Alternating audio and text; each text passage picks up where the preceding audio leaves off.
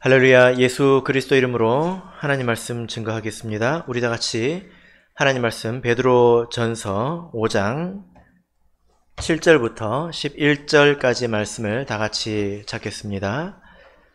하나님 말씀 베드로전서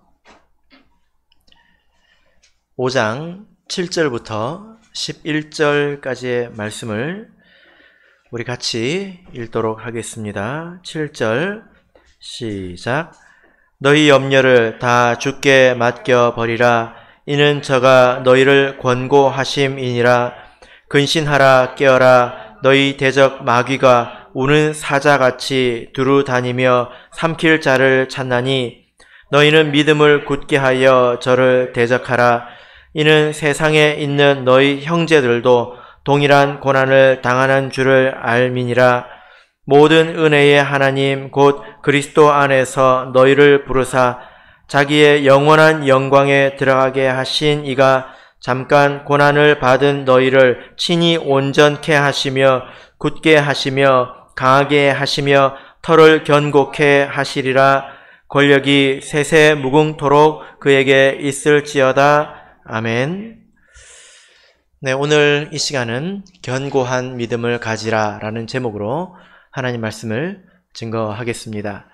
2020년이 벌써 지나가고 새해가 밝았습니다. 2021년 한 해는 우리 모든 성도님들과 또 가정에 하나님의 은혜가 풍성하게 되시기를 진심으로 바랍니다. 보통 새해 인사를 어떻게 하죠? 새해 복 많이 받으세요. 이렇게 인사를 하지 않습니까? 우리 믿음 안에서도 의미 있는 인사인 것 같습니다. 많은 사람들이 복을 받기를 원하지요. 그런데 이 믿음 안에서 이 복이라고 하는 것은 아주 다양한 모습으로 우리에게 찾아온다는 것을 우리가 성경을 통해서 알 수 있습니다. 제가 이런 이야기를 들은 적이 있습니다. 시장에서 일을 하시는 분들은 골다공증이 없다. 이 말은 좀 비교적 힘들게 사시는 분들은 그런 병이 없다는 것입니다. 왜 그럴까요? 무거운 것을 들어서 그렇다는 것입니다. 무거운 것을 들다 보니까 뼈가 스트레스를 받지 않습니까? 그러니까 뼈가 스스로 칼슘을 지킨다는 거예요. 그래서 골다공증이 없대요. 의학적으로 이것이 정말 맞는 건지는 제가 잘 모르겠지만 실제로 제가 이런 조사를 본 적이 있는데 운동선수들 가운데서 가장 뼈가 단단한 그 종목의 선수는 역도 선수랍니다. 역도 선수랍니다. 이것은 제가 본 적이 있습니다. 보통 이런 말을 하지 않습니까? 일을 많이 하면 골병 든다. 이런 말을 하죠. 그런데 일을 너무 안 해도 골병이 듭니다. 반대의 골병이 이렇게 드는 거죠. 그래서 적당한 스트레스는 우리를 건강하게 만드는 것이기 때문에 이러한 자극, 또 스트레스는 또 우리에게 복이 되는 것입니다. 자, 오늘 우리가 베드로전서의 말씀을 읽었는데요. 자, 우리 1장 6절 말씀을 한번 보실까요?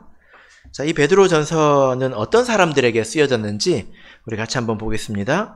베드로전서 1장 6절 읽겠습니다. 시작. 그러므로 너희가 이제 여러 가지 시험을 인하여 잠깐 근심하게 되지 않을 수 없었으나 오히려 크게 기뻐하도다. 베드로 사도가 이 성도들에게 편지를 적었는데 그들의 삶을 생각할 때에 여러 가지 시험이 있다. 이것은 유혹이 있다는 것이 아니라 지금 어려움을 겪고 있다는 것입니다. 고난 가운데 있다라는 거죠. 만약에 어떤 분이 여러분들한테 편지를 썼을 때 너에게 지금 고난이 있다고 들었다라고 쓴다면 그 고난은 굉장히 크고 또 유명한 내용이지 않겠습니까? 그런데 여기서 보면 여러 가지 시험이 있다. 여러 가지라고 말하고 있습니다. 그러니까 이 편지를 받는 성도들에게 다양한 어려움이 있었다라는 거죠. 당시 배경을 살펴보자면 그럴 만도 합니다. 이때 베드로 전서가 쓰여질 때 이때는 네로 황제가 기독교를 아주 핍박할 그 즈음입니다. 그러니까 사회적으로 인정받지 못하던 우리 그리스도를 믿는 종교가 아주 멸시당하는 그런 때였다는 거지요. 이것이 기본이었습니다. 그런데 2장 18절을 보실까요? 예, 2장 18절을 보시면 사환들아라고 부르고 있습니다. 사환들아. 지금 누구를 부르고 있는 걸까요? 사환들아 하면 누가 손들어야 될까요? 예, 바로 노예입니다. 우리 신도들 가운데 노예가 있었다는 거예요. 2000년 전, 지금도 아니 2000년 전에 그 사람들이 받았을 비인간적인 그런 대우를 한번 상상해 보시길 바랍니다. 그들에게 얼마나 큰 어려움이 있었겠습니까? 하나님 말씀을 들으면서 사람이 평등하다는 것을 깨달을 때마다 그들에게는 고통이 더했을 것입니다. 이제 3장 1절을 보면 누구를 부르고 있습니까? 아내 된 자들아, 아내를 부르고 있습니다. 왜 이렇게 불렀을까요? 아내 된 것이 고통이라는 것입니다. 예나 지금이나 여인들이 가장 고통을 받는 것은 남편 때문이지요. 자, 그러면 7절에서 누구를 부르고 있습니까? 남편 된 자들아, 이렇게 부르고 있습니다. 그런데 아내 된 자들아를 부를 때는 6절 동안 이야기를 하는데요. 남편 된 자들아를 부르고는 한 절밖에 말씀을 하지 않습니다. 무슨 의미인지 아시겠죠? 그러니까 지금 몇 가지를 우리가 베드로전서에서 살펴보았는데, 지금 성도들의 삶의 자리라고 하는 것이 각기 다른 고난의 자리에 있었다는 것입니다. 지금 여러분들도 마찬가지 아닙니까? 다른 사람들은 잘 알지 못하는 그런 어려운 문제, 또 고난이 여러분의 삶에 있을 것입니다. 그래서 이 베드로 전서는 그런 고난의 자리에서 고통받는 그런 성도들을 향해서 하나님께서 베드로를 통해서 주신 그런 말씀이지요.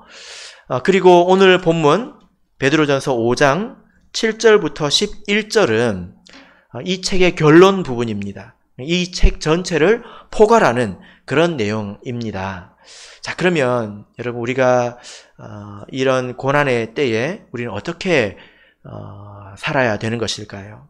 이것을 어떻게 우리가 받아들이고 또 어떻게 해야 되는 것일까요? 자, 우리 먼저 본문의 말씀 7절을 읽겠습니다. 자, 7절 같이 읽겠습니다. 시작. 너희 염려를 다 주께 맡겨버리라. 이는 저가 너희를 권고하심이니라. 예. 자, 여기서 아주 분명하게 말씀하고 계십니다. 나만 이런 고난을 당하는 것이 아니라 사람마다 각기 다른 그런 고난의 세계가 있는데, 그런 고난이 다르다 할지라도 우리가 해야 되는 것은 같다는 거예요. 해결책은 같다는 것입니다. 그것이 무엇입니까? 아주 분명하게 말씀하고 있죠? 그래서 뭐라고 말하고 있습니까? 너희 염려를 다 주께 맡겨버리라. 예. 염려를 주님께 맡겨버리라. 원문을 보면 던져버리라, 이런 뜻입니다. 여러분, 맡기라 하고 맡겨버리라 하고 좀 다릅니까? 어떻게 다릅니까? 던져라, 던져버려라 하고 뭐가 다릅니까? 던지면 왠지 다시 올 수 있을 것 같은 그런 느낌이지요. 던져버리라 하면 다시는 안 올 것 같은 그런 느낌이지 않습니까? 예, 그런 것입니다. 그렇게 분명하게 주님께 맡겨버리고 던져버리라는 것입니다. 왜냐하면 그것은 내 것이 아니기 때문이거든요. 자, 여러분, 여기서 무엇을 맡겨버리라고 했습니까? 예, 염려. 예, 여러분 지갑에서, 주머니에서 다 지금 염려를 꺼내십시오. 이렇게 꺼내가지고 딱 앞에 두세요. 자, 그러면 여러분, 염려가 무엇일까요? 예, 염려라는 말을 우리가 제가 보기에는 번역이 참 잘 되었다라고 생각이 되는데, 이 염려라는 말이 생각염자의 생각여자입니다. 생각하고 생각하는 것입니다. 그러니까 뭐가 염려입니까? 생각하고 생각하는 것, 여러 가지로 마음을 쓰면서 걱정하는 것 아닙니까? 이 염려라는 말의 원문도 그런 의미인데, 마음이 나뉘어진다는 거예요. 산만해진다는 거예요. 이 생각 저 생각 하게 된다는 것입니다. 그러니까 뭐가 염려입니까? 내가 어떤 문제를 겪었을 때 생각이 많아진다는 거예요.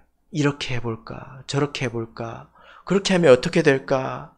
그러다 보면 본래 내가 해야 될 일에 집중하지 못하지 않습니까? 그것이 바로 염려입니다.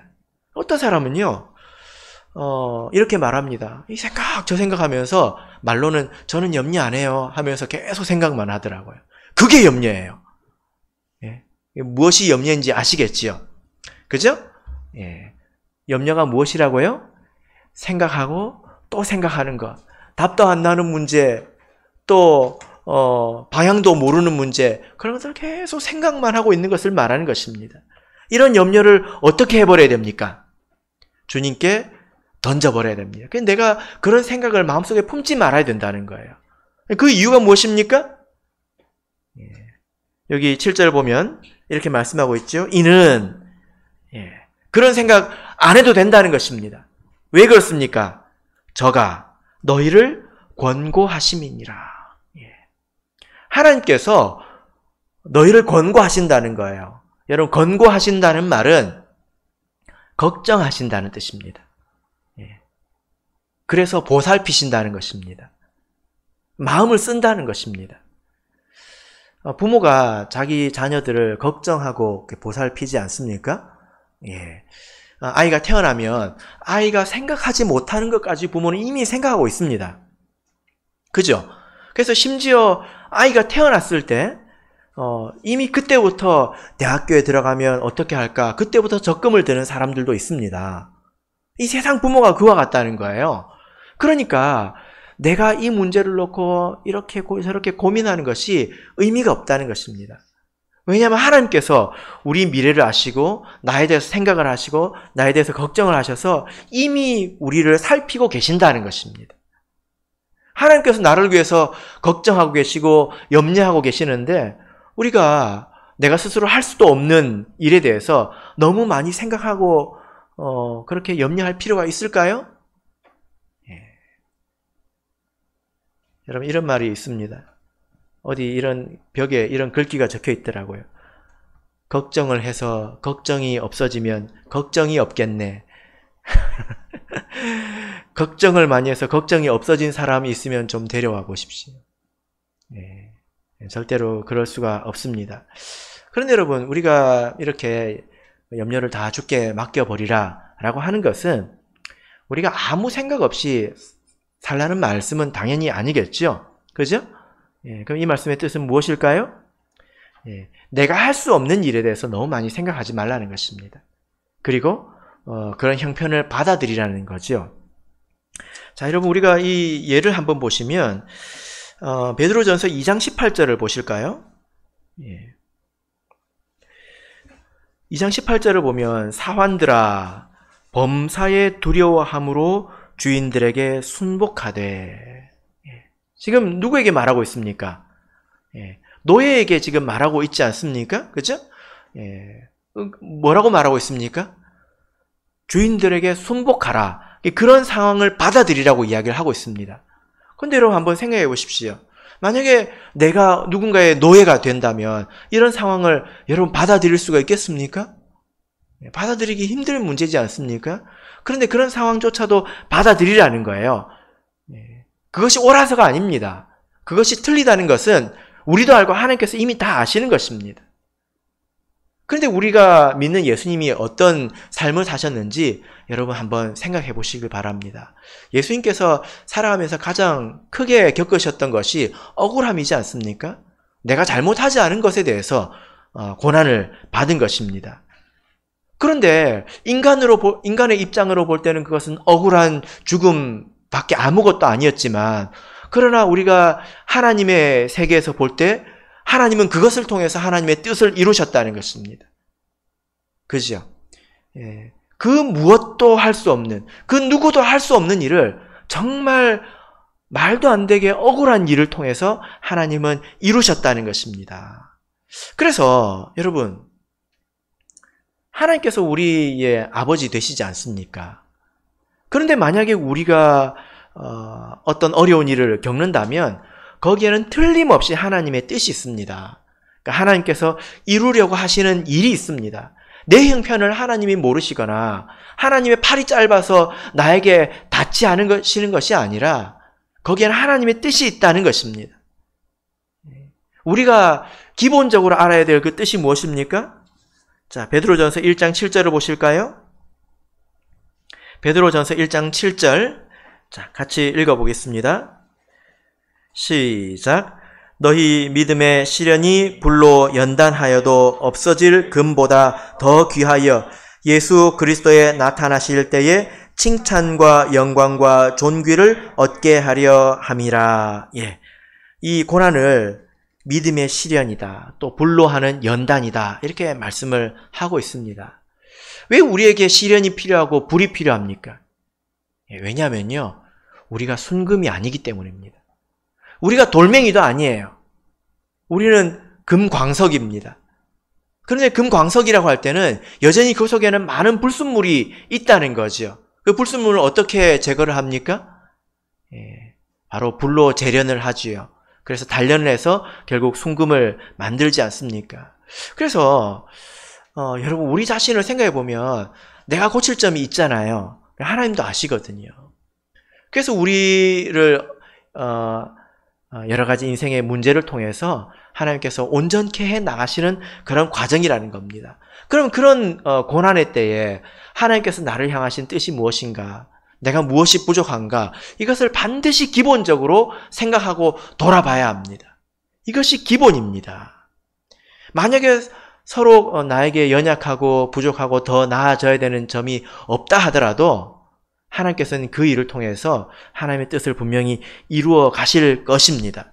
그러므로 사랑하는 성도 여러분, 걱정에 걱정을 더하지 마시고 나를 향하신 하나님의 뜻이 무엇인지 그것을 깨달을 수 있도록 기도하시고 생각하시는 그런 성도님들이 되시기를 진심으로 바랍니다. 자, 이어서 우리 5장 8절, 9절 말씀을 읽어보겠습니다. 베드로전서 5장 8절, 9절 같이 읽겠습니다. 시작.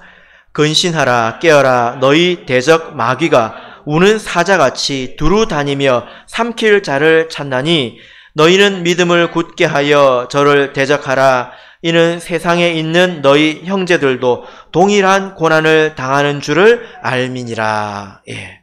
자, 여러분, 우리가 고난의 때에 또 해야 될 것이 있는데요. 그것이 무엇입니까? 마귀를 대적하라는 것입니다.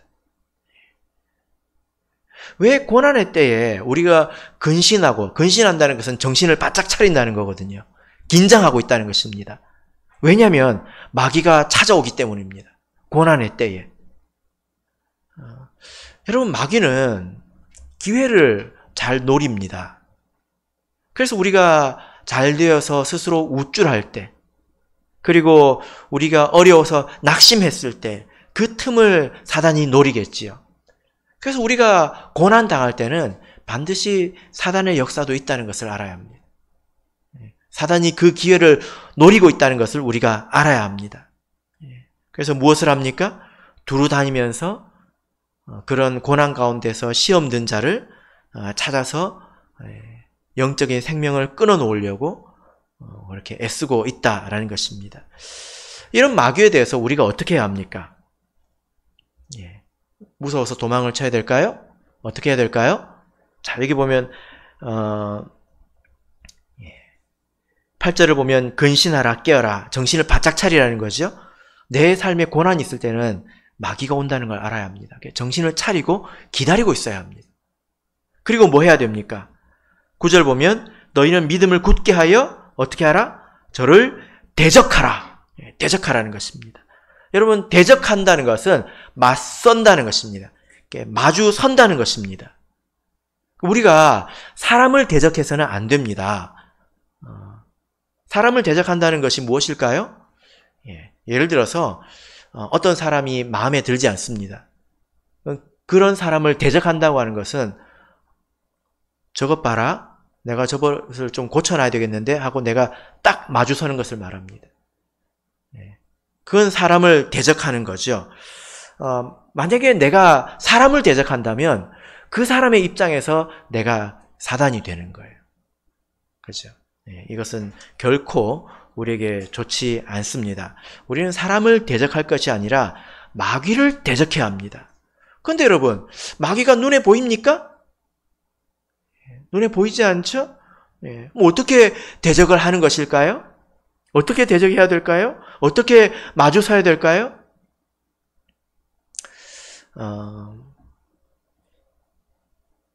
이런 적이 있었습니다. 어떤 그 형제 이야기인데요. 이 어떤 형제가 자기 가족에게 좀 문제가 생겼습니다. 어려움이 생겼다는 거예요. 근데 그 문제를 위해서 이제 기도를 하는데 갑자기 자기 얼굴을 막 때리기 시작했습니다. 기도를 하면서. 성령으로 기도를 하면서. 갑자기 자기 얼굴을 막 때리기 시작했어요. 근데 그걸 때리는 것이 나중에 심해져 가지고 이 손톱을 세워서 때리다 보니까 얼굴에 상처가 나고 피도 났습니다. 기도하는 가운데서 그랬다는 거예요. 이게 무슨 일일까요? 이건 사단이 역사한 것입니다. 왜 사단이 역사했을까요? 그 형제가 스스로를 너무 자책한 것입니다. 내가 무능하고 내가 못나서 그런 것이다. 나는 정말 쓸모도 없다. 그렇게 너무 자기를 심하게 채찍하는 가운데서 그런 이제 사단의 역사가 있었다는 것입니다. 그래서 이제 해결을 했는데요. 여러분 이런 일들이 사실 자주 있습니다. 자주 있다는 거예요.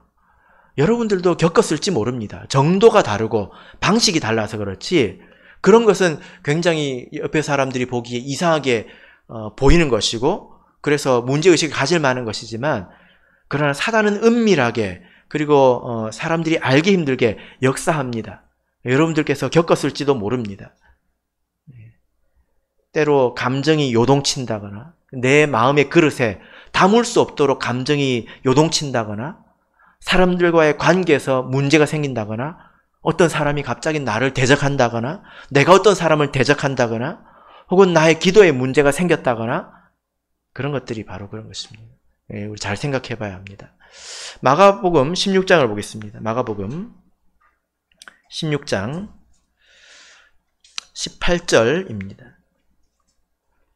마가복음 16장 18절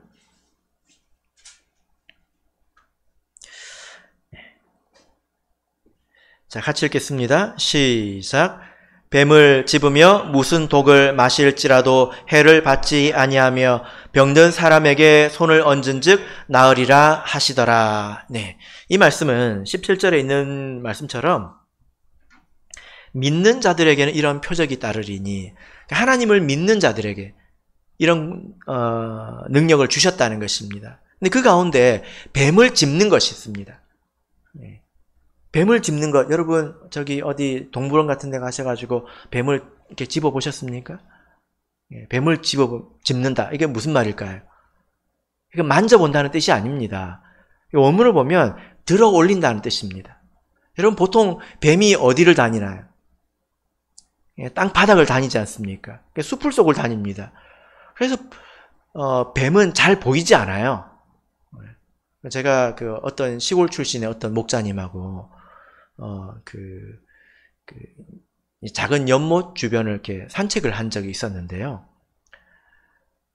저는 도시 출신입니다. 그런데 정말 제 눈에는 한 마리도 안 보이는데 그분이 가면서 저기 뱀 있네? 저기 뱀 있네? 근데 저는 가르쳐줘도 안 보이더라고요. 그러면서 그 작은 호수를 돌면서 7마리를 봤습니다. 뱀은 본래 그렇게 있거든요. 근데 뱀을 들어 올린다는 것은 무슨 뜻일까요? 뱀을 들어 올리면 주변에 있는 모든 사람이 다 보겠죠? 그죠? 그냥 사단의 은밀한 일을 드러낸다는 것입니다. 뱀은 사단을 뜻하지 않습니까?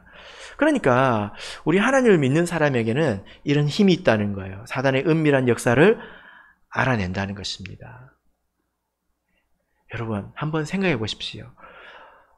왜 마귀가 우는 사자처럼 두루다니며 삼킬 자를 찾는다고 했는데 왜 나는 한 번도 본 적이 없을까요?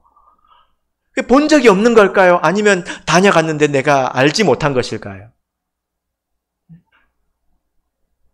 그래서 제가 이렇게 말씀을 드린 것입니다. 이런 일들이 자주 있는 일입니다. 누구나 겪을 수 있습니다. 정도의 차이가 있겠지만 그런데 이런 일이 반복되면 결국에는 어떤 일이 생길까요? 큰 시험에 빠지고 그리고 정말 영적인 생명이 위태로워지기도 한다는 것입니다. 여러분, 만약에 우리가 눈을 떠서 이런 일을 사단이 이렇게 역사하는구나, 이렇게 흔드는구나 하고 볼 때 우리는 어떻게 대적해야 될까요?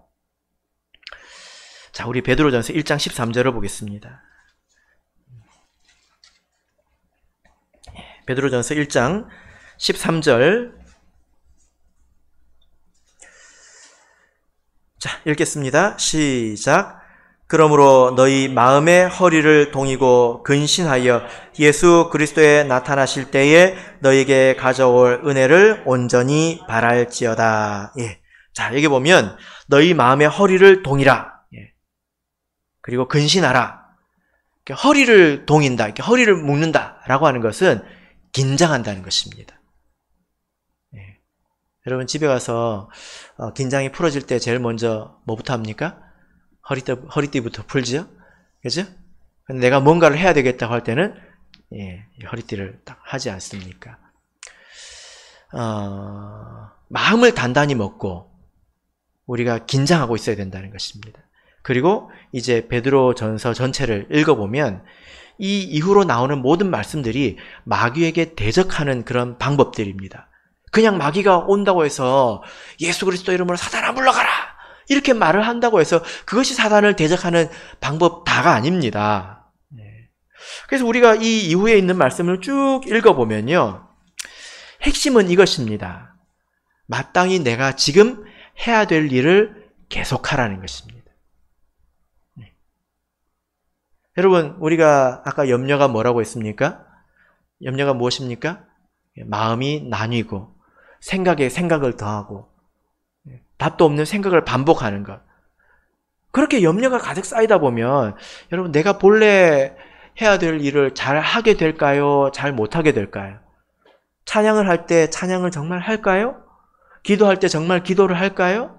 말씀을 들을 때 정말 말씀을 들을까요? 그렇게 할까요? 그렇지 않습니다.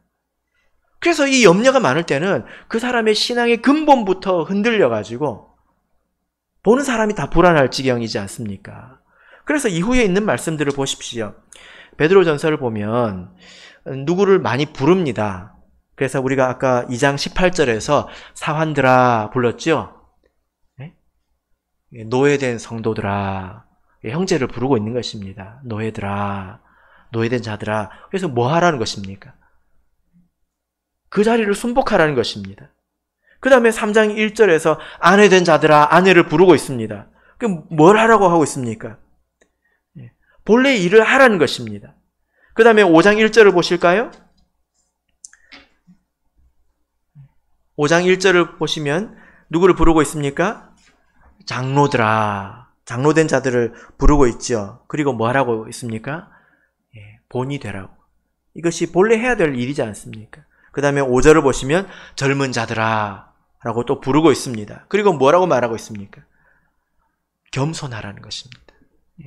이것이 우리가 전체적으로 볼 때는 내가 지금 있어야 될 자리에 있고, 그리고 내가 마땅히 해야 될 것을 흔들림 없이 하라는 것입니다.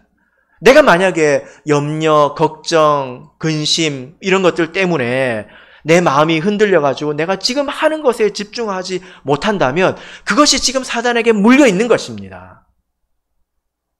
그런 마음이 흔들릴 만한 그런 상황에도 불구하고 내가 지금 해야 되는 이것에 집중하고 그것을 흔들림 없이 하는 것이 마귀를 대적하는 것입니다. 그래서 우리 모든 성도님들께서 깊은 바다와 같은 그런 믿음을 가지게 되시기를 바랍니다. 바다가 굉장히 깊잖아요. 근데 이 바다의 표면은요, 얼기도 하고 그리고 따뜻하기도 합니다. 그 바람이 이쪽으로 불면 이쪽으로 쏠리고 저쪽으로 불면 저쪽으로 쏠리고 그렇게 막 흔들리지 않습니까? 우리의 믿음이 마치 바다 위에 떠 있는 그런 믿음 같다면 요동쳐가지고 아무것도 할 수 없을 것입니다. 근데 우리의 믿음이 저기 바다 깊이 있는 그런 시면과 같은 그런 믿음이 있다면 저 위에서 아무리 차가운 바람이 불어도, 아무리 뜨거운 햇볕이 내려쬐도, 또 아무리 센 바람이 불어도 그대로 있지 않겠습니까? 이것이 정말 마귀를 대적하는 그런 방법이라는 거예요.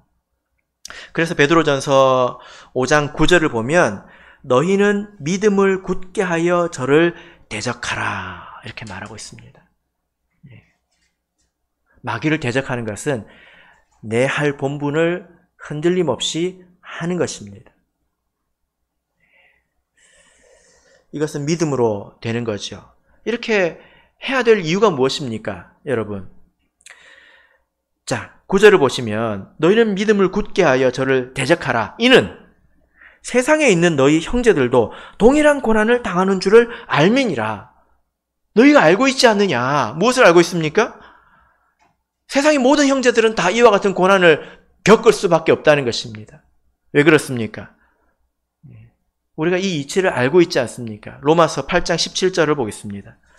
로마서 8장 17절 로마서 8장 17절 같이 읽겠습니다. 시작.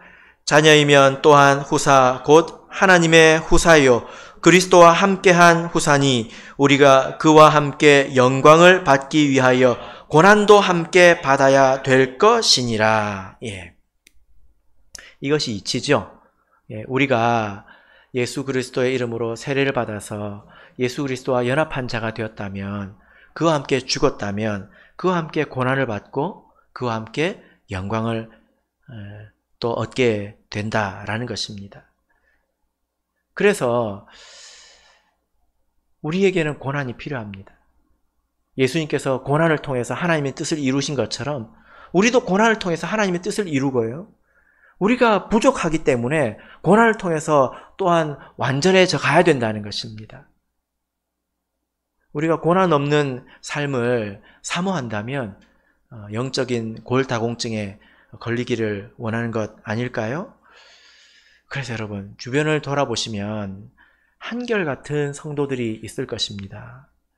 제가 처음 목회를 나왔을 때 어떤 목자님에게 이런 말을 들은 적이 있습니다. 사람은 봄, 여름, 가을, 겨울을 겪어봐야 한다. 처음에는 무슨 말인지 몰랐는데요. 이게 무슨 뜻일까요? 네. 봄에는 다 좋다는 것입니다. 그리고 가을에는 다 넉넉하다는 거예요. 그 사람의 됨됨이는 언제 나오는 것입니까? 예, 여름을 겪어봐야 알고 또 겨울을 겪어봐야 안다는 것입니다. 예. 그런데 정말 한결같은 그런 성도들이 있지 않습니까? 그분들은 살면서 아무 일이 없는 것일까요? 여러분, 어떻게 사람이 수년을 살면서 아무 일도 없을 수 있겠습니까? 그것은 여러 가지 문제가 있지만 견고하기 때문에 흔들리지 않는 것입니다. 그래서 티가 나지 않는 것입니다. 그것이야말로 마귀를 대적하는 거지요. 마귀가 깜짝 놀랄 것입니다. 이 형제는 이도 안 들어가네. 아무리 흔들어도 흔들리지도 않네. 무슨 기둥 같구나. 이런 생각을 하게 될 것입니다. 그러므로 여러분, 우리가 고난이 있을 때는 마귀가 노리고 있다는 것을 생각하고 정신을 바짝 차려야 합니다. 그리고 마귀를 대적해야 합니다. 어떻게 대적해야 합니까? 흔들리지 않는 것이 대적하는 것입니다. 자, 이제 우리 베드로전서 5장 10절, 11절 말씀을 읽겠습니다. 베드로전서 5장 10절, 11절 자, 같이 읽겠습니다. 시작. 모든 은혜의 하나님 곧 그리스도 안에서 너희를 부르사 자기의 영원한 영광에 들어가게 하신 이가 잠깐 고난을 받은 너희를 친히 온전케 하시며 굳게 하시며 강하게 하시며 털을 견고케 하시리라. 권력이 세세 무궁토록 그에게 있을지어다. 아멘. 예. 우리 성도님들께서 이런 고난 가운데서 흔들리지 않는 견고함, 좀 나도 그랬으면 좋겠다 사모하는 마음이 있으시죠? 예. 자, 그런데 우리가 10절, 11절을 읽어보니까 이 견고함, 이 굳음, 이것은 어디서 오는 것입니까? 내가 스스로 견고해지는 것입니까? 아니면 하나님께서 우리를 견고케 하시는 것입니까?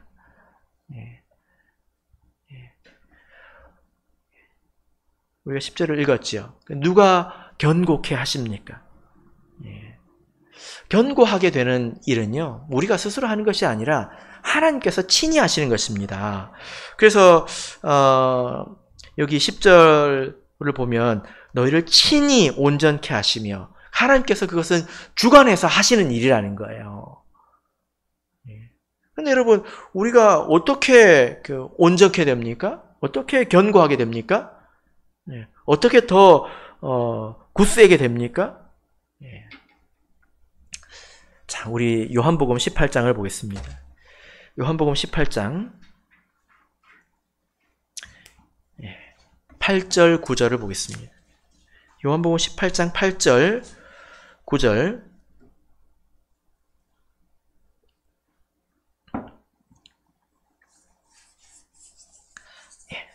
자, 읽겠습니다. 시작. 예수께서 대답하시되 너희에게 내로라 하였으니 나를 찾거든 이 사람들의 가는 것을 용납하라 하시니, 이는 아버지께서 내게 주신 자 중에서 하나도 잃지 아니하였삼나이다 하신 말씀을 응하게 하려 함일러라. 예. 자, 여러분, 이 내용이 무슨 내용이냐면요, 로마 군병들이 예수님을 잡으러 왔을 때 내용입니다. 4절을 보시면 예수님께서 자기가 당할 일을 아시고 그들에게 너희가 누구를 찾느냐라고 물어보시죠. 그러니까 예수를 찾는다 하니까 내가 그다 이렇게 이야기합니다. 나다 이렇게 이야기를 합니다. 그리고 하시는 말씀이 뭐냐면 8절에서 너희가 만약에 나를 찾는다면 이 사람들은 가게 해줘라. 우리가 공관복음을 보면 제자들이 뿔뿔이 그냥 도망간 것처럼 이렇게 보이지 않습니까? 근데 여기서 보면 예수님께서 이 자들을 가게 하라고 이들에게 이야기한 것을 우리가 볼 수 있습니다. 그래서 제자들이 도망을 간 거죠. 근데 왜 예수님께서 제자들을 가게 하셨을까요? 9절에 이유가 있습니다. 아버지께서 내게 주신 자 중에서 하나도 잃지 아니하려고 그런 것입니다. 왜냐하면 이 제자들은 하나님께서 택하신 자들이지 않습니까? 근데 이 사람들이 예수님의 고난 속으로 들어올 준비가 아직 안 된 것입니다. 예수님과 같이 잡혀서 그렇게 고난받을 때는 예수님을 부인할지도 모르기 때문입니다. 예수님께서 그것을 아시기 때문에 보내버린 겁니다. 그러니까 감당할 수 없는 고난 가운데로 불러들이시지 않았다는 거예요. 그런데 나중에는 어떻게 되었습니까? 예수님을 위해서 다 희생하는 그런 제자들이 되었죠? 그죠? 하나님께서는 이와 같은 분이십니다. 우리가 죄 가운데서 죽도록 내버려 주시지도 않습니다. 그래서 고난을 주셔서 단련하십니다. 그러나 우리가 감당치 못할 고난을 주셔서 그 고난 가운데서 죽도록 하시지도 않습니다. 그래서 우리가 감당할 수 있는, 그래서 그 고난을 통해서 우리가 더욱더 조금씩 견고해질 수 있는 그런 환경을 우리에게 베풀어 주신다라는 것입니다. 그래서 모든 권력이, 이것은 권세, 주관, 이것이 다 하나님께 있다고 베드로가 고백하지 않습니까? 베드로도 자기가 자신을 이렇게 돌아볼 때 어떻게 내가 이런 믿음을 가지게 되었는가 생각해 볼 때 하나님께서 자기에게 행하신 일들 깨닫게 해주시고 여러 가지 일들을 통해서 서서히 단련되게 하신 그것을 베드로가 알았기 때문에 이런 말씀을 또 성도들에게 권면한 것 아니겠습니까? 그래서 여기서 몇 번이나 강조하고 있습니다. 너희를 친히 온전케 하시며 굳게 하시며 강하게 하시며 터를 견고케 하시리라. 이렇게 말씀을 하고 있습니다. 그러므로 우리가 이런 하나님을 생각할 때 우리가 하루라도 빨리 하나님 앞에 항복해야 합니다. 그냥 이제 고난이 찾아오면 그것을 벗어나려고 아등바등 하는 것은 하나님의 다스림을 인정치 않는 거지요. 만약에 그와 같다면 그 고난의 시간이 더욱더 길어질 뿐입니다. 하나님께서 공연히 우리를 고난을 주시는 것이 아닙니다. 가야 될 길이 있고 해야 될 숙제가 있기 때문에 우리에게 고난을 주신 것입니다. 우리가 그렇게 내 인생에 무엇인가 찾아올 때 그것을 감사한 마음으로 받아 그것을 내가 이루어낼 때 빨리 평안이 찾아오겠지? 그런 시간이 지나다 보면 또 때가 오면 또 고난이 찾아올 것입니다. 왜냐하면 나는 더 나아져야 되니까, 하나님은 내가 더 온전케 되기를 원하시니까. 그래서 우리가 그 고난이라는 계단을 딛고 한 칸 한 칸 올라가게 되는 것입니다. 우리가 하나님의 다스림을 인정한다면 고난을 적게 당하겠지요. 이제 2021년이 되었습니다. 2021년은 우리 마음속에 있는 지식, 하나님에 대한 지식, 또 이 영적인 세계에 대한 그런 믿음, 그것대로 살아갈 수 있는 견고함이 저와 여러분에게 있기를 진심으로 바랍니다. 쉽게 흔들리지 않아서 바다의 심연과 같은 그런 하나님의 평안과 기쁨 안에서 고요함, 견고함, 이런 것을 가지시길 바랍니다. 그때 우리의 모습을 통해서 하나님께서 기뻐하시고 또 영광을 받으실 것입니다. 2021년이 되었습니다. 믿음 안에서 더욱더 견고해지시는 저와 여러분이 되시기를 예수 그리스도 이름으로 축복합니다.